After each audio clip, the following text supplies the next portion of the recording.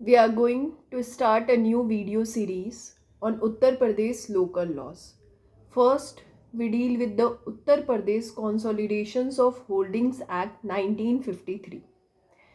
तो सबसे पहले हम ये देखेंगे कि कंसोलिडेशन क्या होता है, इसकी मीनिंग क्या समझते हैं और क्या बेनिफिट्स होंगे कंसोलिडेशन को करने से और किन किन प्लॉट्स को कंसोलिडेशन ऑपरेशन से एक्सक्लूड कर दिया गया है ये भी देखेंगे।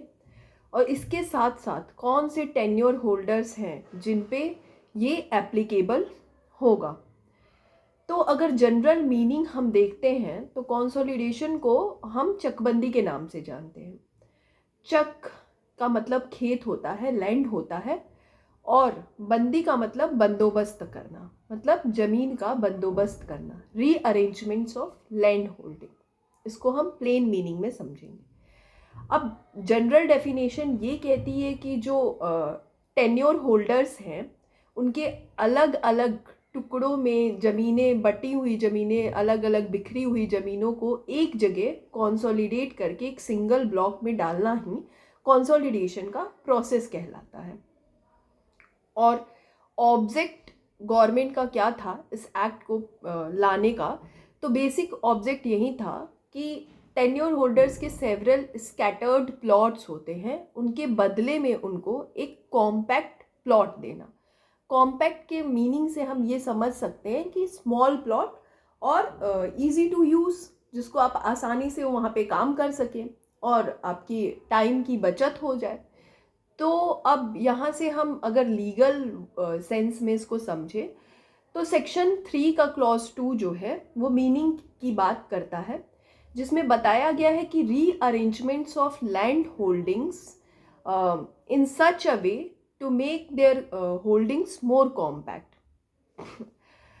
तो कॉम्पैक्ट ही बनाना है और एक सिंगल ब्लॉक में डालना ही कंसोलिडेशन की जनरल मीनिंग होता है। एक केस था जिसमें कोर्ट ने ये कहा है कि जो ऑब्जेक्ट है कंसोलिडेशन का वो एनकरेज करना है डेवलपमेंट को और एग्रीकल्चरल प्रोड्यूस को बढ़ाना है। उस केस का नाम है सूर्य प्रकाश वर्सेस राम मनोरथ के केस में ये कोर्ट ने हेल्ड किया था। अब हम देखेंगे कि कौन सी ज़मीन जो है उसको कंसोलिडेशन ऑपरेशन से एक्सक्लूड कर दिया गया है। तो सेक्शन 3 के ही एक्सप्लेनेशन में ये बात बताई गई है कि लिस्ट दिया गया है जिसमें अलग अलग तरीके की ज़मीन है जिनको एक्सक्लूड किया गया है। तो पहला ये है कि जो नोटिफिकेशन जारी होने के बाद सेक्शन 4 में उसके प्रीसीडिंग ईयर में वो ज़मीन बाग भूमि रही हो, ग्रूव लैंड रहा हो। दूसरा, ऐसी लैंड जहाँ पे फ्लूवियल और इंटेंसिव सॉइल इरोजन की समस्या बनी रहती है या प्रोलॉन्ग्ड वाटर लॉगिंग की समस्या उस लैंड पे बना रहता है, तो उसको भी एक्सक्लूड कर देंगे। एंड फोर्थ, जिसपे section 132 of UP zamindari abolition act apply करता है, उसको भी हम छोड़ देंगे। और जो भी अथॉरिटीज़ को बाकी ज़मीनें सही उचित लगती हैं वो सारी भी होगी, जिसपे ऊसर, करेवा और बाकी चीज़ें उगाई जाती हैं, रोज़, बेला, ये सब जहाँ उगाया जाता है उसको भी हम एक्सक्लूड कर देंगे इस ऑपरेशन से। अब इसके बेनिफिट्स क्या होंगे कि कंसोलिडेशन के क्या फ़ायदे हैं, तो ये भी हम पॉइंट वाइज देख लेंगे कि इनमें क्या क्या फ़ायदे होते हैं। तो पहला कि बाउंड्री जो लाइंस हैं वो हमारी नंबर में और एक्सटेंट में रिड्यूस हो जाएंगी, संख्या में और विस्तार में वो घट जाएंगी। और दूसरा ये होगा कि लैंड हमारी सेव हो जाएगी और बाउंड्री डिस्प्यूट्स जो है वो पूरी तरीके से ख़त्म हो जाएंगे, ये हम मान के चल सकते हैं। और ज़मीन जो है, land holdings, larger land holdings मिल सकती हैं टेन्योर होल्डर्स को, तो उससे हम इंसेक्ट, पेस्टिसाइड्स और ये सब चीज़ों को कंट्रोल कर सकते हैं। और इरिगेशन की फैसिलिटीज़ जो है प्लॉट्स पे अवेलेबल करा सकते हैं। अगर वो छोटा रहेगा तो ईज़िली ये सारी चीज़ें हो जाएंगी।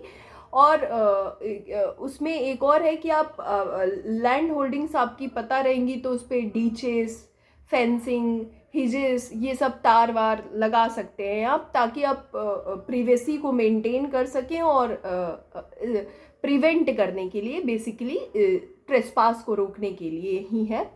और इसमें कंसोलिडेशन अथॉरिटीज़ को स्टेट गवर्नमेंट एम्पावर करती हैं कि वो डिस्प्यूट का निस्तारण करेंगे, रिलेटेड टू एडजुडिकेट करेंगे right and interest of the parties. अगर कोई व्यक्ति एग्रीव है इनके डिसीजन से, तो वो सेटलमेंट ऑफिसर ऑफ कंसोलिडेशन के पास अपनी अपील कर सकता है।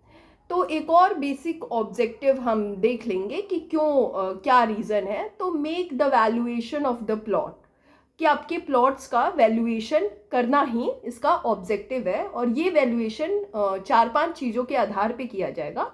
On the basis of availability of resources, irrigation facilities, location के आधार पे देख के वैल्यूएशन किया जाएगा। और कुछ ज़मीनों को इसमें एक्सक्लूड किया गया है, जो हम पहले ही लिस्ट डिस्कस कर चुके हैं। अब हमारा नेक्स्ट पॉइंट जो हम अब देखेंगे कि किन किन टेन्योर होल्डर्स पे ये कंसोलिडेशन का जो ऑपरेशन है वो लागू होगा। तो पहले हैं bhumidhar with transferable rights, bhumidhar with non transferable right, asami हो जाएंगे, गवर्नमेंट लेसी हो जाएगा, गवर्नमेंट ग्रांटी हो जाएगा, और कोऑपरेटिव सोसाइटीज़ जो कि कंडीशंस को फुलफिल करे, तो उस पर ये कंसोलिडेशन ऑपरेशन लागू होगा इन टेन्योर होल्डर्स पे। तो अब हम कंक्लूड करेंगे कि हमने पूरे वीडियो में क्या समझा और क्या जाना। तो बेसिकली हमने मीनिंग को समझा, जिसके लिए हम सेक्शन 3 क्लॉज 2 को रेफर कर सकते हैं, जिसमें कहा गया है कि rearrangements of holdings of among several tenure holders in such a way to make their respective holdings more compact.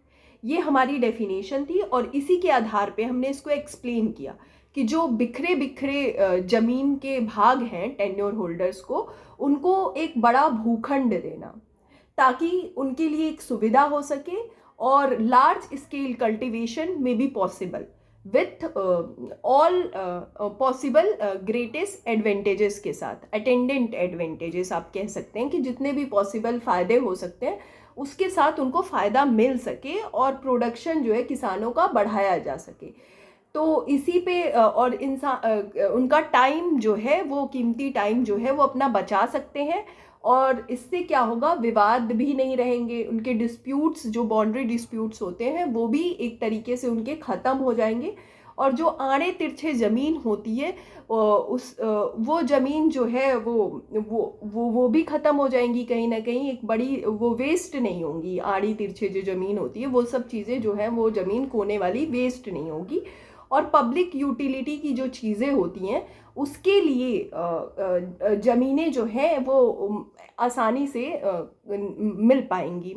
तो यही सारे हमारे बेसिक ऑब्जेक्ट हैं जिस पे हमारा कंसोलिडेशन का मीनिंग बेस्ड है, और इसके बेनिफिट्स हमने डिस्कस किए। कौन से प्लॉट्स को एक्सक्लूड किया गया वो भी देखा, और किन टेन्योर होल्डर्स पे लागू किया जाएगा ये भी हमने सारा चीज़ इस वीडियो में अपने डिस्कस किया है। अब नेक्स्ट वीडियो जो है, हम उसके आगे के प्रोसेस को देखेंगे कि क्या होता है, रिकॉर्ड्स कैसे बनेंगे, स्टेटमेंट्स, प्रिंसिपल्स, ये सब जो बनाए जाएंगे, उस पर हम अपना नेक्स्ट वीडियो बनाएंगे। तो फिर आप हमारे नेक्स्ट वीडियो को देखने के लिए चैनल को सब्सक्राइब कर दीजिए।